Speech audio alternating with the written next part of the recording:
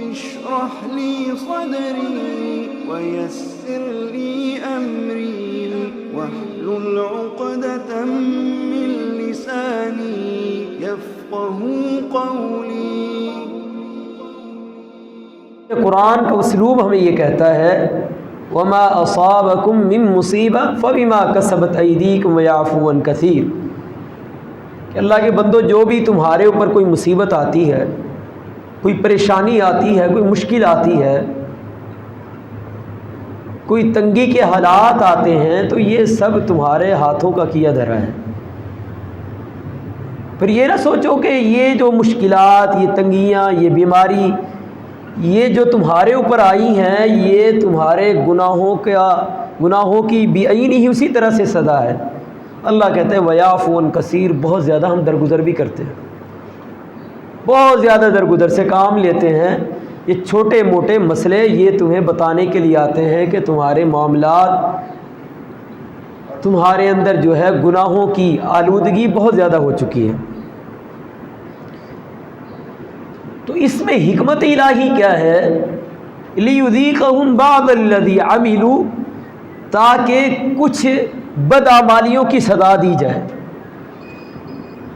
تاکہ ان کو ان کے گناہوں کی، ان کے برائیوں کی سزا دی جائے۔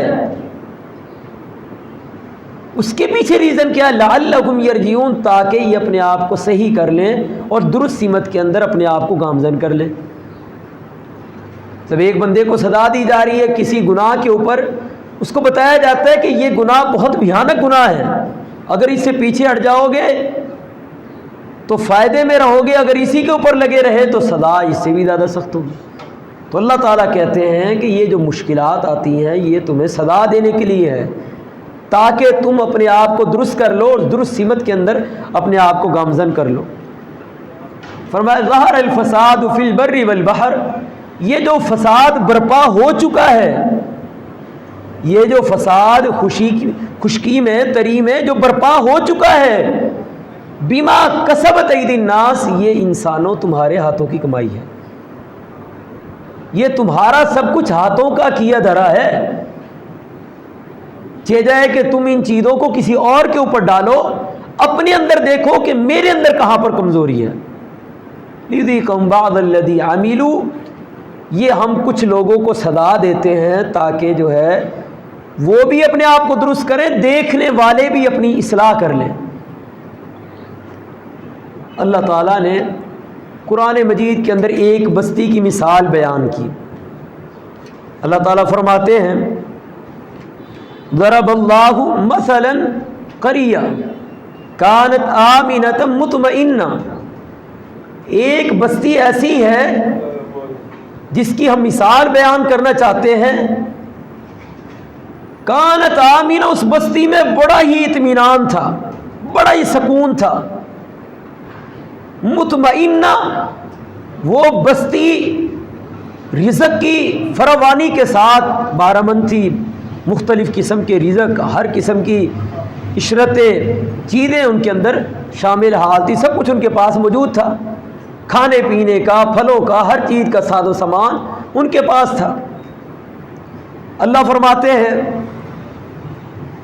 یأتیہا رزقہا رغدا من کل مکان، ہر طرف سے اللہ تعالیٰ انہیں رزق دیتا تھا، دائیں سے بائیں سے، مشرق سے مغرب سے، شمال جنوب سے، ہر طرف سے اللہ تعالیٰ انہیں رزق دیتا تھا۔ فکفرت بانعم اللہ، وہ بستی جس میں اطمینان، سکون اور ہر طرف سے رزق کی فراوانیاں، ہر قسم کا رزق انہیں ملتا تھا، ان بستی والوں نے کیا کیا؟ فکفرت بانعم اللہ، انہوں نے اللہ تعالیٰ کی نعمتوں کی ناشکری کی۔ فَأَذَاقَهَا اللَّهُ لِبَاسَ الْجُوعِ وَالْخَوْفِ، اللہ کہتے ہیں ہم نے ان کے اوپر بھوک کا لباس ان کے اوپر ڈال دیا، خوف کا لباس ان کو پہنا دیا۔ لباس پورے انسان کے جسم کو ڈھانپتا ہے، بعینی اسی طرح سے ہم نے ان کے پورے جسم کے اوپر، ان کے دل پر، ان کی زبان پر، ان کے پاؤں کے ناخن سے لے کر سر کے بالوں تک ہم نے خوف ان کے اوپر مبتلا کر دیا، بھوک ان کے اوپر مبتلا کر دی۔ وجہ سبب کیا تھا؟ فکفرت بانعم اللہ، وہ بستی والے کیا کرتے تھے؟ اللہ تعالیٰ کی نعمتوں کی انہوں نے ناشکری کی۔ اس آیت سے مراد مکۃ المکرمہ ہے، مکۃ المکرمہ کی بستی ہے، اور اس اہل بستی مکۃ المکرمہ کے رہنے والے اہل قریش ہیں۔ اللہ تعالیٰ نے ان کی یہ مثال بیان کی ہے کہ بڑے اطمینان اور سکون سے وہ دن گزارتے تھے، لیکن ہر چیز، ہر نعمت ان کے پاس موجود تھی، لیکن انہوں نے اللہ تعالیٰ کی نعمت کی ناشکری کی۔ اللہ کی نعمتوں میں سے سب سے بڑی نعمت یہ ہے کہ انسان تمام قسم کی نعمتیں اللہ رب العزت کی استعمال کرے اور پھر ان کی نسبت کسی اور کی طرف کرے۔ یہ اللہ کا اقرار کرتے تھے، مانتے تھے اللہ رب العزت کو، لیکن ساتھ میں انہوں نے چیزوں کو تقسیم کر دیا کہ اللہ رب العزت کے ساتھ اختیارات فلاں کے پاس بھی ہیں، فلاں کے پاس بھی ہیں۔ جتنے بڑے کبار لوگ گزرے، حضرت ابراہیم علیہ السلام، حضرت اسماعیل علیہ السلام، ان کے بت بنا لیے اور ان کی پوجا کرنی شروع کی، کہتے کہ ہم ان کی عبادت نہیں کرتے، عبادت تو ہم اللہ کی کرتے ہیں، لیکن ان کو ہم جو ہے درمیان کے اندر اللہ تک پہنچنے کے لیے ذریعہ اور وسیلہ بناتے ہیں۔ سب سے بڑی اللہ کی ناشکری یہ ہے کہ انسان اللہ کا کھائے اور پھر اللہ کا کھانے کے بعد اس کی نسبت کسی اور کی طرف کر دے کہ فلاں داتا ہے، وہ رزق دیتا ہے، فلاں اولاد دیتا ہے، فلاں مشکلات کو ٹالتا ہے، فلاں جو ہے وہ بیڑے کو تار کرتا ہے، پار کرتا ہے، فلاں جو ہے فلاں وقت میں کام آتا ہے، فلاں بیٹے دینے والا ہے، فلاں جو ہے فلاں اختیارات کا مالک ہے۔ تو یہ کام انہوں نے کیا۔ مسند احمد کی روایت ہے، رسول اللہ صلی اللہ علیہ وسلم نے فرمایا، اللہ رب العزت نے اللہ کے رسول صلی اللہ علیہ وسلم کی بعثت سے قبل اہل عرب میں تمام لوگوں کو جھانکا، پھر پوری انسانیت کو جھانکا، سب کے دلوں کو دیکھا، فوجد خیر قلب محمد صلی اللہ علیہ وسلم، اللہ کے رسول کے دل کے علاوہ جتنے بھی افراد اس وقت میں موجود تھے یا قرب کے اندر پیدا ہونے والے تھے، کسی ایک کے دل کے اندر بھی اللہ رب العزت نے شرک کی گندگی سے کسی کے دل کو پاک نہیں دیکھا سوائے اللہ کے رسول کے۔ صرف اللہ کے رسول کا دل پاک تھا۔ پھر اللہ تعالیٰ نے اپنے نبی کا انتخاب کیا اور ان لوگوں کے اوپر جن کے سب کے دل جو بھی اس وقت میں موجود تھے، ان سب کے دل پراگندہ تھے، شرک کے ساتھ منسلک تھے، شرک کی گندگی ہر ایک کے دل میں داخل تھی۔ اللہ رب العزت نے ان کے دلوں کو دیکھ کر فیصلہ کیا کہ میں ان کے اوپر عذاب نازل کروں۔ وَرَحْمَتِي سَبَقَتْ غَضَبِي، لیکن اللہ رب العزت کی جو رحمت ہے اللہ کے غصے کے اوپر غالب ہے، اللہ کی شفقت اللہ کے غصے کے اوپر غالب ہے، اور وہی شفقت ہے کہ جس کی وجہ سے اللہ تعالیٰ نے ان لوگوں کے اندر سے حضرت محمد رسول اللہ صلی اللہ علیہ وسلم کا انتخاب کر کے اور ان کو تمام لوگوں کے لیے، تمام انسانیت کے لیے نبی بنا کر بھیجا۔ قریب تھا کہ آسمان پھٹ جاتا اور ان سب لوگوں کو اللہ کا عذاب گھیر لیتا۔ تو اللہ رب العزت نے فرمایا کہ اس وقت پھر اللہ تعالیٰ نے وَمَا أَرْسَلْنَاكَ إِلَّا رَحْمَةً لِّلْعَالَمِينَ، اللہ کی غیرت جوش میں آئی اور اپنے نبی کو نبوت دے کر بھیجا کہ ان لوگوں کے دلوں کے اندر سے گندگی کو نکال کر اللہ رب العزت کی توحید ان کے دلوں میں داخل کرو۔ اور پھر یہی پیغام تھا جس کو لے کر اللہ کے رسول صلی اللہ علیہ وسلم آئے۔ نبی صلی اللہ علیہ وسلم نے ایک دن صحابہ سے پوچھا، میرے صحابہ، تم میں سے کوئی بندہ اپنے گھر میں جائے، تم میں سے کوئی بندہ اپنے گھر کے اندر جائے اور اپنے گھر میں کسی غیر مرد کو دیکھے، کیا کرے گا؟ سعد بن عبادہ کہتے ہیں، تلوار پکڑی، کہتے ہیں اللہ کے رسول، میں اس کی گردن کاٹ دوں گا، میں اس کا سانس روک دوں گا۔ اللہ کے رسول نے فرمایا، انظروا الی غیرت سعد، دیکھو سعد کی غیرت کی طرف، کتنا غیرت مند ہے، کتنی جلدی سے جوش آیا کہ کوئی بندہ میرے گھر میں داخل ہو جائے میں اس کو چھوڑ دوں میں تو اس کی گردن اتار دوں گا. نبی صلی اللہ علیہ وسلم نے فرمایا کان اغیر من صادہ، اللہ کی قسم میں محمد صلی اللہ علیہ وسلم تمام انسانوں میں سب سے زیادہ غیرت مند ہوں، تمام انسانوں میں سب سے زیادہ غیرت اور حیا رکھنے والا ہوں. اور وہ شخص جو میری سنت کو چھوڑ کر میرے طریقے کو چھوڑ کر کوئی اور طریقہ اختیار کرے گا، بدعات اور خرافات کو جنم دے گا یا ان کے ساتھ اپنے آپ کو منسلک کرے گا، تو سب سے پہلے وہ میری غیرت کا سامنا کرے گا. قیامت والے دن سب سے پہلے میری غیرت اس کے سامنے کھڑی ہوگی اور وہ کبھی بھی اللہ کی رحمت کا مستحق نہیں ہو پائے گا، کیونکہ اس نے محمد رسول اللہ صلی اللہ علیہ وسلم کی غیرت کو للکارا. اللہ نے اپنے رسول کو یہ غیرت دی کہ وہ اللہ کے طریقے کو لے کر آئے، جو اللہ نے طریقہ دیا اور اس کا نفاذ پوری انسانیت کے اندر پھیلا دیا. پھر آپ نے فرمایا واللہ تعالی اغیر منی، اور اللہ کی قسم اللہ رب العزت مجھ سے بھی زیادہ غیرت مند ہیں، مجھ سے بھی زیادہ حیا کرنے والے ہیں. فرمایا اللہ تعالیٰ بھی یہ برداشت نہیں کرتے کہ کوئی اللہ کی غیرت کے سامنے کھڑا ہو، اللہ تعالیٰ کی عزت کے بارے میں کہے، کچھ الفاظ بولے. اللہ کی غیرت کیا ہے؟ سب سے بڑی اللہ کی غیرت کو للکارنا یہ ہے کہ انسان اللہ تعالیٰ نے جن چیزوں کو حرام کیا ان میں سے کسی ایک کا ارتکاب کرے. جب وہ کسی ایسی چیز کا ارتکاب کرتا ہے، ایسی چیز کو اختیار کرتا ہے کہ جس کو اللہ رب العزت نے بندے کے اوپر حرام کیا ہے، تو اللہ کی غیرت کو للکارتا ہے. پھر نبی صلی اللہ علیہ وسلم نے فرمایا وغیرت اللہ تعالی یاتی بالحرام، اللہ کی غیرت یہ ہے کہ بندہ حرام کام کرے. اور سب سے بڑا اللہ کی غیرت کو اپنے سامنے پانا اور اس کے تقابل کے لیے اپنے آپ کو استعمال میں لے آنا، وہ یہ ہے کہ انسان لا الہ الا اللہ بھی پڑھے اور پڑھنے کے باوجود پھر بھی شرک اختیار کرے. لوگ کہتے ہو یہ بندہ کلمہ پڑھے پھر کیسا شرک؟ وما یؤمن اکثرهم باللہ الا وهم مشرکون. اللہ تعالیٰ کہتے ہیں ان ایمان والوں کو جانچو اور پرکھو، ان کو دیکھو، ان میں سے اکثر مشرک نکلیں گے. ان کلمہ پڑھنے والوں میں اکثر مشرک نکلیں گے. ان کو دیکھو، ان کو قریدو. ہم کلمہ پڑھتے ہیں لیکن کلمے کا فہم نہیں رکھتے. اور جو مشرکین تھے، اہل قریش تھے، وہ کلمہ نہیں پڑھتے تھے لیکن کلمے کا فہم جانتے تھے، اس کا مطلب سمجھتے تھے.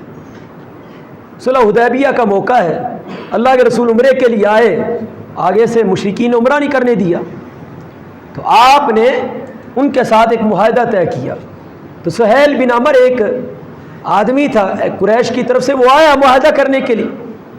اللہ کے رسول صلی اللہ علیہ وسلم نے معاہدے کے پیپر کے اوپر، اس چمڑے کے اوپر لکھا کہ یہ معاہدہ ہے محمد رسول اللہ صلی اللہ علیہ وسلم کے درمیان اور سہیل بن عمر کے درمیان. اس نے کہا یہ کیا بات ہو گئی؟ لو علمنا انک رسول اللہ، اگر ہم اس بات کو مانتے کہ آپ اللہ کے رسول ہیں، لو اتبعناک، پھر ہمارے دلوں کی مرضیاں نہیں چلیں گی، پھر تو ہم آپ کی اتباع کرتے، آپ کی پیروی کرتے. پھر جو ہے وہ برادری کا، باپ دادا کا، پھر جو ہے وہ قبیلے کا، پھر افراد کا معاملات مسائل ختم ہو جاتے، ان کی مرضیاں ختم. اگر ہم اسی بات کو تسلیم کر لیتے کہ آپ اللہ کے رسول ہیں، تو پھر ہم جو ہے لڑائی جھگڑا کس بات کا تھا؟ پھر تو ہم آپ کی پیروی کرتے. اور اگر ہم اب بھی تسلیم کر لیں تو پھر ہمیں آپ کی پیروی کرنی پڑے گی. ہم تو آپ کو اپنا نبی تسلیم نہیں کرتے. ان کے اندر فہم تھا، ان کے اندر علم تھا، سمجھ تھی کہ اگر اللہ کے رسول کو رسول تسلیم کر لیا پھر مردیاں ختم ہو جائیں گی. اور یہاں پر لوگ تسلیم کرتے ہیں لیکن فہم نہیں رکھتے. بڑے لوگ دعوے کرتے ہیں جی میں بہت بڑا عاشق رسول ہوں، بہت زیادہ مجھے اللہ کے رسول سے محبت کے دعوے ہیں، لیکن وجہ سبب کیا ہے کہ وہ فہم نہیں کلمے کا، لا الہ الا اللہ محمد رسول اللہ. نہ تو ہم اللہ رب العزت کے، یہ پہلا جو جز ہے کلمے کا کہ اللہ کے علاوہ کوئی معبود نہیں، یہ تلوار ہے، لا یہ تلوار ہے جو تمام معبودان باطلہ کی گردن کو کاٹتی ہے، ان کا کلا کما کرتی، یہ تلوار ہے. اور یہ محمد رسول اللہ، یہ مطلب ہے صلی اللہ علیہ وسلم کہ جب یہ پڑھ لو تو اس کے بعد مردیاں ختم ہو جاتی ہیں. اس نے کہا ہم نہیں تسلیم کرتے. اللہ کے رسول صلی اللہ علیہ وسلم نے اپنے ہاتھ کے ساتھ اس کو مٹایا اور لکھا محمد ابن عبداللہ صلی اللہ علیہ وسلم. مشرکین کا عقیدہ، جو مشرک تھے اور آج کے مسلمانوں کا عقیدہ، تقابل کیجئے اور پھر سوچئے کہ اللہ تعالیٰ نے کہا ہم نے ان کے اوپر خوف کا لباس ان کے اوپر ڈال دیا، بھوک کا لباس ان کے اوپر ڈال دیا. آج وجہ سبب یہی ہے، یہ ساری چیزیں بھوک اور خوف ہمارے اندر مبتلا ہے، بدامنی کا ہم شکار ہیں، سیاسی انتشار کا اور پھر جو ہے وہ دینی انتشار کا ہم شکار ہیں. وجہ سبب کیا ہے؟ آج اس کے محرکات پر غور کرنے کی ضرورت ہے. جو کام اس وقت کے مشرکین میں تھے اس سے بڑھ کر وہی کام آج ہمارے اندر موجود ہے. مشرکین مکہ جب وہ سمندر میں سفر کرتے تھے، اللہ تعالیٰ فرماتے ہیں دعوا اللہ مخلصین لہ الدین لئن انجیتنا من ہذہ لنکونن من الشاکرین.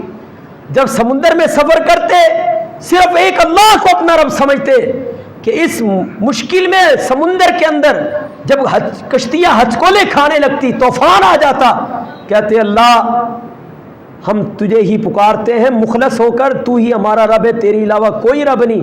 اللہ کہتے ہیں جب ہم انہیں نجات دے دیتے اذا ہم یشرکون، وہ شرک کرنے لگتے. فلما انجاہم اذا ہم یبغون فی الارض بغیر الحق، سمندر کی موجوں کے اندر صرف ایک اللہ کو پکارتے اور اپنا نجات دہندہ صرف اللہ کو سمجھتے تھے. اور آج کے مسلمان کہتے ہیں باہ الحق بیڑا تک. وہ لوگ صرف اللہ کو پکارتے تھے اور آج کے لوگ اختیار دیتے ہیں کہ اس جو ہے وہ کشتی کو پار لگانے والا، اس مشکل سے ہم کو جو ہے تار کرنے والا وہ فلاں جو ہے وہ درگاہ والا ہے، فلاں ہے فلاں ہے.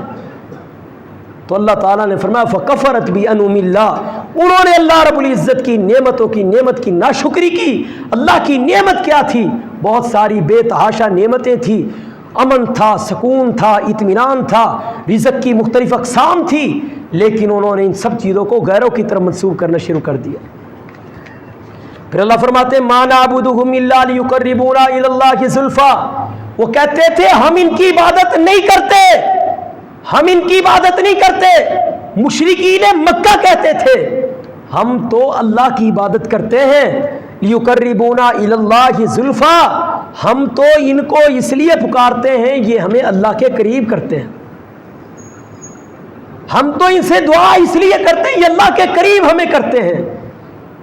آج یہاں پر براہ راست دعا مانگی جاتی ہے، براہ راست پھولوں کی چادریں چڑھائی جاتی ہیں اور وہاں پر چراغ روشن کیے جاتے ہیں. یہ سب شرک کی اقسام ہیں اور یہ سب کرنے والے بہت بڑا شرک کا ارتکاب کرتے ہیں. کیوں؟ وہ اس لیے کرتے ہیں کہ یہ سارے ہمارے جو کام کر رہے ہیں یہ قبر والا ہمیں دیکھ رہا ہے اور ان سب چیزوں کو دیکھ کر وہ خوش ہوگا، وہ خوش ہو کر ہمیں اللہ کے قریب کر دے گا. وہ یہ سمجھتے ہیں کہ ہمارے سارے معاملات یہ قبر والا جانتا ہے اور یہ علم صرف اور صرف کس کے پاس ہے؟ اللہ رب العزت کے پاس. یہ ان کا شرک تھا کہ وہ کہتے تھے ہم عبادت نہیں کرتے اور یہ آج کے لوگ براہ راست ان سے دعا مانگتے ہیں. کہتے تھے ہادہ شفعاؤنا عند اللہ، ہم تو اس لیے آتے ہیں یہاں پہ یہ ہمارے اللہ کے ہاں سفارشی ہوں گے. اور اب وہ کہتے ہیں خواجہ نہیں کرے گا تو کرے گا کون؟ خواجہ نہیں دے گا تو دے گا کون؟ یقین جانے بیت اللہ کے سامنے میں نے دیکھا ایک خاتون کو اللہ کے گھر کے سامنے فون ملا کر وہ کہہ رہی تھی کہ جا کر جو ہے وہ داتا صاحب کو دیگ دے دینا، جہاں پہ بیٹا بیمار ہو چکا ہے۔ اندازہ کریں۔ تو اللہ رب العزت نے اپنے نبی کو خطاب کیا، وَلَقَدْ أُوحِيَ إِلَيْكَ وَإِلَى الَّذِينَ مِن قَبْلِكَ، اے نبی یہ جو شرک کا معاملہ ہے،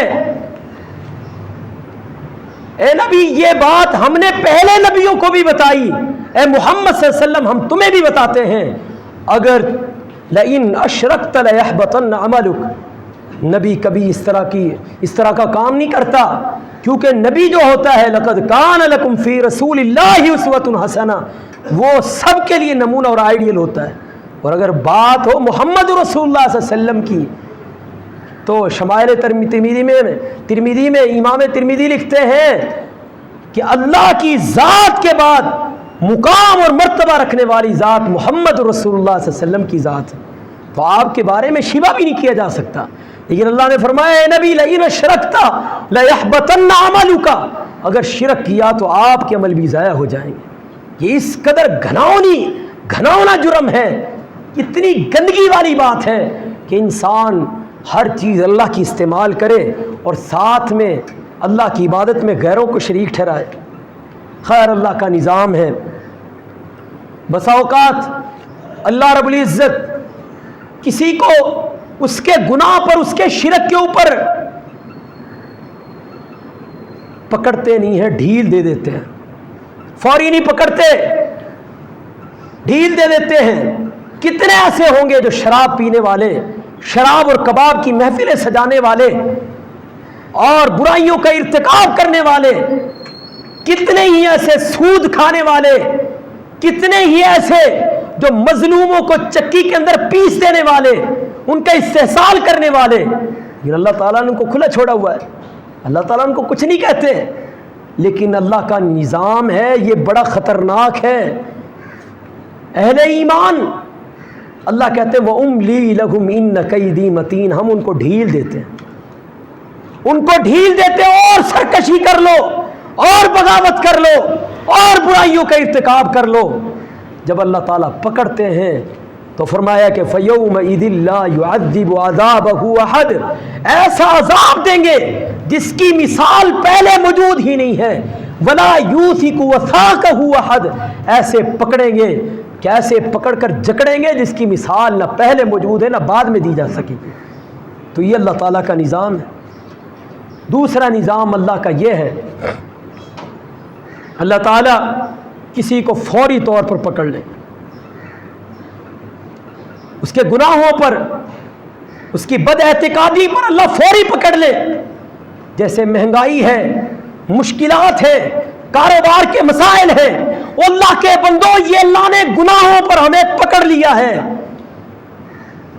لِيُذِيقَهُمْ بَعْضَ الَّذِي عَمِلُوا، تمہاری کچھ کرتوتوں کے بارے میں اللہ تمہیں سزا دینا چاہتے ہیں۔ اللہ مقصد کیا ہے؟ لَعَلَّهُمْ يَرْجِعُونَ، تاکہ تم اپنے آپ کو درست سمت کے اندر لگا لو، اپنے اعمال کو درست کر لو، اللہ کے بندے بن جاؤ، نیکی کو اختیار کر لو۔ یہ اللہ تعالیٰ کا مقصد ہے۔ آج پورے کا پورا ملک مقروض ہے، رات کو سوتے ہیں تھوڑا قرضہ ہوتا ہے، دن کو اٹھتے ہیں IMF کا قرض بڑا ہوتا ہے، لوگ پیٹتے ہیں جی اتنا قرضہ ہو گیا۔ وجہ سبب کیا ہے؟ ایک وہ وقت تھا اللہ کے رسول کے سامنے جنازہ لایا گیا، آپ پوچھتے ہیں کیا اس کے اوپر کوئی قرض ہے؟ صحابہ کہتے ہیں اللہ کے رسول ہاں اس کے اوپر کوئی قرض ہے۔ آپ نے فرمایا کوئی اس نے مال وغیرہ چھوڑا پیچھے کہ جس کے ساتھ قرض کی ادائیگی کی جا سکے؟ صحابی کہتے ہیں اللہ کے رسول کچھ نہیں چھوڑا۔ آپ نے فرمایا جنازہ خود پڑھو اس کا، میں محمد اس کا جنازہ نہیں پڑھوں گا صلی اللہ علیہ وسلم، کیونکہ یہ مقروض ہے۔ ایک وقت مسلمانوں پر ایسا تھا، آپ فرمایا میں اس کا جنازہ نہیں پڑھوں گا۔ ابو قتادہ انصاری کہتے ہیں اللہ کے رسول میں اس کا قرضہ دیتا ہوں۔ آپ نے جنازہ پڑھا دیا۔ اگلے دن آپ نے ابو قتادہ سے پوچھا ہاں بھائی بتاؤ قرض دیا اس کا؟ کہنے لگے اللہ کے رسول نہیں دیا۔ پھر آپ نے اگلے دن پوچھا ہاں بھائی قرض دیا اس کا؟ کہتے ہیں ہاں جی قرض دے دیا. آپ نے فرمایا اللہ کی قسم قبر کی سختی نے اسے چھوڑ دیا ہے. اس نے اس کو جھنجھوڑا ہوا تھا, سختی کے ساتھ پکڑا ہوا تھا اس قرض کی وجہ سے. اب تم نے وہ دے دیا ہے, قبر کی سختی اس کے لیے آسانی میں تبدیل ہو چکی. کبھی ایسا وقت تھا اور کبھی وہ وقت آیا جب صحابہ کرام بکثرت لوگ اللہ کی توحید کے ساتھ جڑے, شرک سے دور ہوئے, پھر مال کی فراوانیاں ہوئی. اللہ کے رسول کہتے تھے کہ جو مر جائے, جو چھوڑ کے جائے گا وہ ورثاء کو دیا جائے گا. اگر اس کے اوپر کوئی قرض ہوگا تو وہ محمد رسول اللہ صلی اللہ علیہ وسلم ادا کریں گے, وہ اسلامی ریاست ادا کرے گی. ایسا وقت بھی آیا. کیوں؟ توحید کے اوپر عمل پیرا ہونے کی وجہ سے. آج یہ سارے مسائل, تنگ دستی, معاشی اکنامکس پرابلمز, اور پھر اس کے بعد مہنگائی کے بارے میں لوگ روتے رہتے ہیں کہ ایک وقت کی کھا لیتے ہیں, پتہ نہیں کیا بنے گا, بل آئے گا, کیسے ادا کریں گے. اللہ کے بندو یہ سب اس وجہ سے ہے کیونکہ آج بد اعتقادی ہمارے دلوں میں داخل ہو گئی. آج شرک کے راستے پر ہم گامزن ہو گئے. ہم جو ہے وہ بغیر فہم کے سمجھ کے کلمہ پڑھ لیتے ہیں, اس کا معنی مفہوم ہم نے نہیں سمجھا. وہ تو تمام معبودان باطلہ سے ہمیں سب سے پہلے منکر بناتا ہے, پھر اللہ کی توحید کا پابند بناتا ہے. کسی سے پوچھو نا کلمے کا مطلب کیا ہے. جو کلمہ اساس ہے وہ کلمہ جو نبیوں کا کلمہ تھا, جس کے لیے اللہ تعالیٰ نے 1,24,000 کم و بیش صحیح بان کے مطابق نبی بھیجے, 300 سے اوپر اللہ نے رسول بھیجے. ان سب کا جو دعوت کا جو ایک سب کا من جملہ جو دعوت تھی وہ لا الہ الا اللہ کا کلمہ تھا. کہتے ہیں اللہ تعالیٰ کے سب کچھ کرنے کا یقین, کسی غیر کے کچھ نہ کرنے کا یقین, یہ کلمے کا مطلب بتاتے ہیں. لوگوں کو شیطان ابلیس نے کلمے کے مطلب سے فہم سے دور کر دیا. سفیان ثوری رحمہ اللہ کہا کرتے تھے لیس اقطع من الشیطان او کما قال, لوگوں سب سے زیادہ شیطان کو اگر کسی بات سے تکلیف ہوتی ہے وہ قول لا الہ الا اللہ. جب تم لا الہ الا اللہ پڑھتے ہو, اس کا معنی مفہوم سمجھتے ہوئے, تو شیطان کی کمر ٹوٹ جاتی ہے. جس قدر لا الہ الا اللہ پڑھو گے اس کے معنی مفہوم کو سمجھتے ہوئے, اسی قدر شیطان کی کمر ٹوٹتی رہے گی. تو یہ ہے کہ لا الہ الا اللہ, اس کے معنی مفہوم سے آج ہم نے روگردانی اختیار کر لی. اور کبھی وہ وقت ہوتا تھا امیر المومنین عمر بن خطاب کی طرف ایک خط آیا کہ مال اتنا جمع ہوا اللہ کی توحید کے پرچم کو لہرانے کی وجہ سے, جہاد کی وجہ سے اتنا مال جمع ہوا کہ سرکاری ساری عمارتیں بھر گئی, ساری سرکاری عمارتیں بھر چکی ہیں, مال پورا نہیں آ رہا. تو امیر المومنین نے کہا مسکینوں کو دو, غریبوں کو دو. پھر خط آ گیا, ان کو بھی دے دیا, مال پھر بھی بکثرت موجود ہے, رکھنے کے لیے جگہ نہیں ہے. کہا جس کسی کا کوئی قرضہ ہے وہ ادا کر دو. پھر خط آیا, وہ قرضہ بھی ادا کر دیا, مال بکثرت پھر بھی موجود ہے. کہا پھر شرک سے چلو, غرم میں جاؤ, کوئی ایک بندہ مسلمان غلام نظر آئے اس کو غلامی سے نجات دے دو. کبھی وہ وقت ہوا کرتا تھا. اور آج کلمہ بھی پڑھتے ہیں, نمازیں بھی پڑھتے ہیں, پھر بھی مہنگائی کے رونے, پھر بھی پریشانیاں, پھر بھی مشکلات. بھائیو وجہ سبب یہ ہے آج ہم علمی طور پر لا علمی طور پر ہمارے دلوں میں شرک داخل ہو چکا ہے. ہم ظاہری طور پر اللہ کی نعمتوں کی ناشکری کرتے ہیں, یا پھر غیر ظاہری طور پر اللہ تعالیٰ کی دی ہوئی نعمتوں کے اندر کسی اور کو ان کا مالک تصور کرتے ہیں. یہی وجہ ہے کہ آج اللہ رب العزت کی رحمت ہم سے دور ہو چکی ہے. خیر الہ العالمین عمل کی توفیق عطا فرمائے. رسول اللہ صلی اللہ علیہ وسلم نے فرمایا,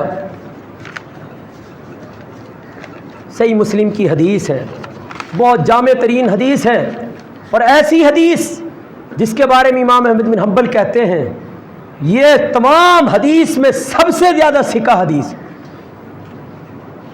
فرمایا ابو ادریس خولانی اس کے راوی ہیں, یہ وہ محدث تھے جو ابو ذر غفاری سے حدیث بیان کرتے ہیں، جب اس حدیث کو انہوں نے بیان کیا زمین کے اوپر لوٹ پوٹ ہو گئے، گھٹنوں کے بل زمین کے اوپر گر پڑے کہ اللہ کس قدر تیری شان ہے، تو کس قدر اپنے بندوں سے محبت کرتا ہے، اور کس قدر تو طاقت اور قدرت اور قوت رکھنے والا رب ہے۔ فرمایا، لمبی حدیث ہے، چند باتیں ذکر کرتا ہوں۔ یا عبادی، اے میرے بندو، انی حرمت الظلم علی نفسی، میں نے اپنے اوپر ظلم کو حرام کر لیا ہے۔ میرے بندو، میں نے اپنے اوپر ظلم کو حرام کر لیا ہے۔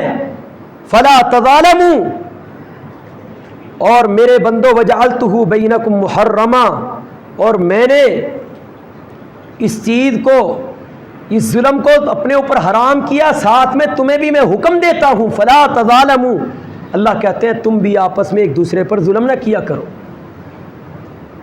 اللہ ظلم نہیں کرتے کسی کے اوپر۔ پھر وجہ سبب کیا ہے؟ فرمایا فلا تظالموا، تم ظلم کرتے ہو، آپس میں ایک دوسرے پر ظلم کرتے ہو، اپنے اوپر ظلم کرتے ہو۔ الظلم ظلمات الی یوم القیامہ، جتنے بھی ظلم ہوں گے قیامت کے دن یہ اندھیرے بن جائیں گے، قیامت کے دن اندھیرے بن جائیں گے۔ یہ دنیاوی جو سورج ہوگا اس کو لپیٹ کر جہنم میں داخل کر دیا جائے، اور اس کے بعد پھر یہ جو ظلم کیے، جو اپنی ذات کے اوپر، جو اپنے دوسرے بھائی انسانوں پر کیے، یہ سارے کے سارے ظلم قیامت کے دن اندھیرے بن کر سامنے آ جائیں گے۔ فرمایا یا عبادی، اے میرے بندو، کلکم جائن، کلکم جائعون، تم سارے کے سارے بھوکے تھے، الا من اطعمتہ، مگر جس کو میں نے کھانا کھلایا، فاستطعمونی اطعمکم، تمہیں کھانے کی ضرورت ہے، مجھ سے کھانا مانگو میں تمہیں کھانا دوں گا۔ یا عبادی، اے میرے بندو، کلکم عارن الا من کسوتہ، تم سارے ننگے جسم تھے۔ جب انسان دنیا میں آتا ہے ننگے بدن ہوتا ہے تو تمہیں جو لباس پہنایا وہ میں نے پہنایا، اور اگر تمہیں لباس کی ضرورت ہو تو میں کائنات کا رب تمہیں لباس دوں گا۔ یا عبادی، اے میرے بندو، انکم ضالون، تم راستے سے بھٹکے ہوئے تھے، نادان تھے، جہالت کے اوپر گامزن تھے، الا من ہدیتا، مگر میں نے تمہیں ہدایت کا رستہ دیا۔ اگر آج بھی تمہیں ہدایت کی ضرورت ہے میرے در پہ آ جاؤ، میں تمہیں ہدایت دے دوں گا۔ تو یہ جو جنت کا راستہ ہے وہ اس کے لیے ہدایت کا ہونا ضروری ہے۔ اور جو مہنگائی ہے، لوگ کہتے ہیں کھانے کے لیے جو ہے کچھ نہیں ہے، پہننے کے لیے لباس نہیں ہے، لوگ کہتے ہیں ننگے بدن لوگ پھرتے ہیں، خودکشیاں کر لیتے ہیں، بھوک کی وجہ سے، افلاس کی وجہ سے، بے لباسی کی وجہ سے۔ اللہ تعالیٰ کہتے ہیں میرے بندو یہ سب میرے پاس موجود ہے، مجھ سے مانگو تو صحیح۔ اور اللہ تعالیٰ بڑی جلدی اپنے بندے سے راضی ہو جاتے ہیں، ایک لمحے کے اندر راضی ہو جاتے ہیں۔ وہ کس قدر غنی رب ہے، اندازہ لگائیں اس بات کا۔ اللہ کے رسول نے اسی حدیث میں فرمایا یا عبادی، اے میرے بندو، لو ان انسکم و جنکم، اگر سارے کے سارے انسان، سارے کے سارے جن، فی صعید واحد، کسی چٹیل میدان کے اندر جمع ہو جائیں، انسانوں سے زیادہ جنوں کی تعداد ہے، کسی چٹیل میدان میں یہ سب جمع ہو جائیں، ایک وقت میں مانگیں، اپنی اپنی زبان میں مانگیں، اپنے اپنے طرز عمل سے مانگیں، اللہ تعالیٰ کہتے ہیں میں ان سب کو، ان سونا چاندی جہیرے جواہرات جو جو مانگے میں ان سب کو دے دوں، میں ان سب کو دے دوں، تو میری بادشاہت میں، میرے خزانوں میں اتنی بھی کمی واقع نہیں ہوگی جتنی ایک سوئی جو ہے بندہ سمندر میں ڈال دے، باہر نکالے تو اس سمندر کے پانی کے اندر تو کمی واقع ہو سکتی ہے، اللہ کے خزانوں میں کمی واقع نہیں ہو سکتی۔